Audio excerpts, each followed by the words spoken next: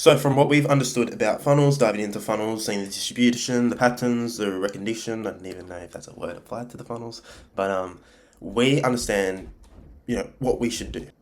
But we also need to understand, like, what should we not do? And that's exactly what I'm going to be providing in this presentation that I've planned out, and from my own mistakes that I've learned over the past years when it's come to building out funnels. So, I'm going to share that with you right now. Let me just minimize this down here, about there, and let's present this presentation. 11 biggest mistakes coaches uses in their funnels. Let's look at that number one mistake right here, and that is don't make people think too much. If someone lands on your page and has to figure out what you do, who it's for, why it matters, and what they should click, you're making their brain work before they've even developed enough interest. Why are you having so much? Why are you adding all these shiny objects onto your page? Just focus on one thing, maximize on that one thing, provide value on that one thing, and let the process of going through that landing page qualify, answering the specific questions that I'm going to be providing in the rest of this presentation. But we just want to focus on that one thing, and we don't want to be adding multiple things at once. And that leads into number two, is one of those multiple things can be the CTA. So don't give them too many choices, like book a call, learn more, watch video, download guides, see pricing, follow Instagram.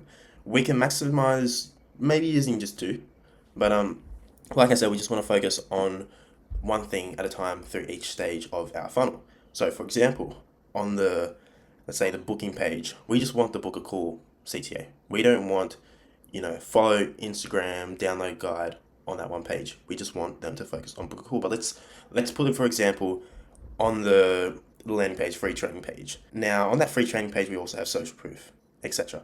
So we may have watch video on that for them to watch the free training, but we also want them to proceed through our funnel through booking a call.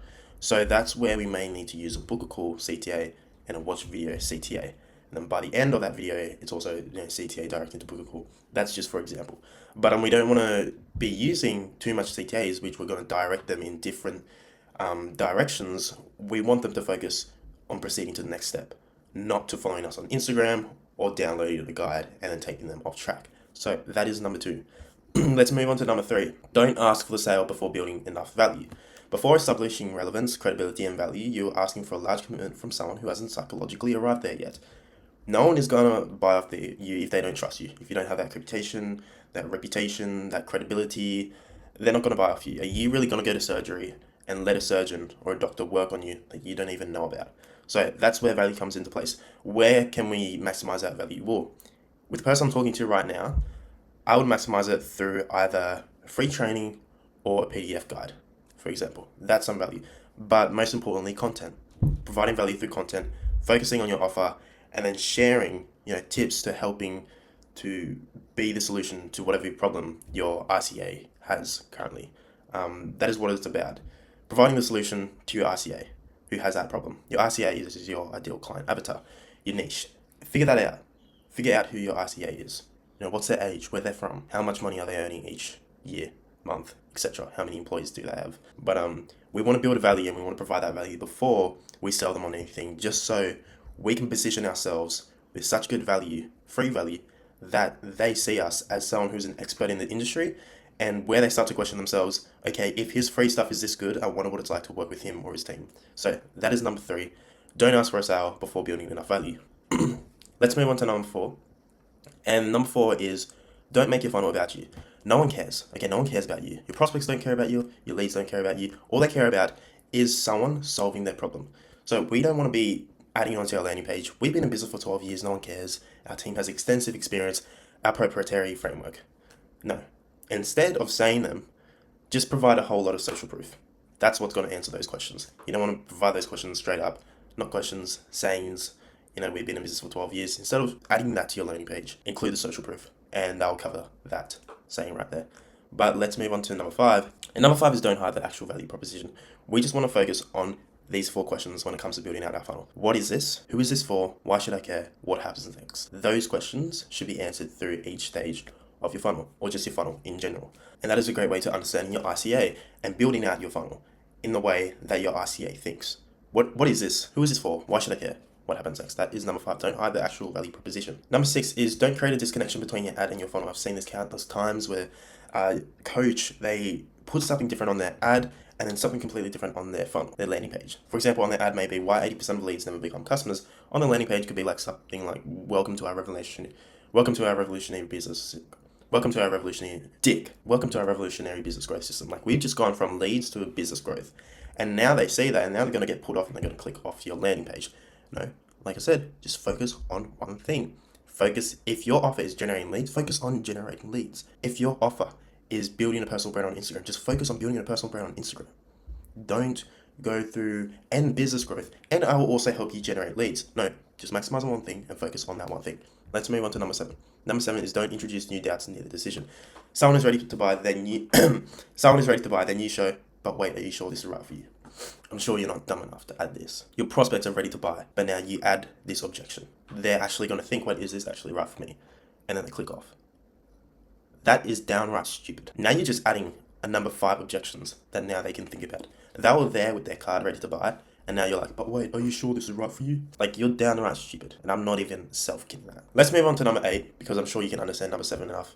Don't use fake urgency. Okay, to be honest, I've used fake urgency in the funnels that I've built in the past, but I've learned that it's risky when it comes to trust. Now, the countdown timers that reset, for example, only 3 spots left when they're actually 50, offer expires tonight when it appears again tomorrow. Many coaches use this. And look, I'm not going to hate on this, that don't use fake urgency, but it's very risky when it comes to trust, because they can find out that you're manipulating them, and their trust in your offer, in your whole funnel, in your system, is going to go out and they're going to click somewhere else. All they need to know is to click on that landing page each day and to see that timer resets.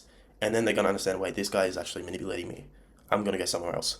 So use it if you want. It's just a very big trust risk. Let's move on to number 9. And number 9 is don't change the message every 10 seconds. If your funnel says get more leads, then build predictable revenue, then scale your business, then automate your sales, then become an authority, you're still downright stupid. I don't know how much I need to say this. Just focus on one thing, maximize on that one thing. Number 10 is don't assume everyone is ready to buy. Prospects are different. People need different amounts of information depending on how much uncertainty they currently have.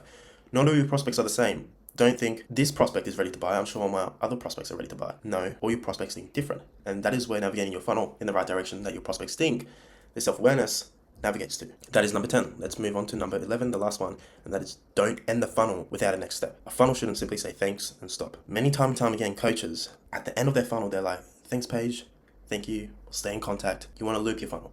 There should never be a start and an end when it comes to your funnel. There should only be a start.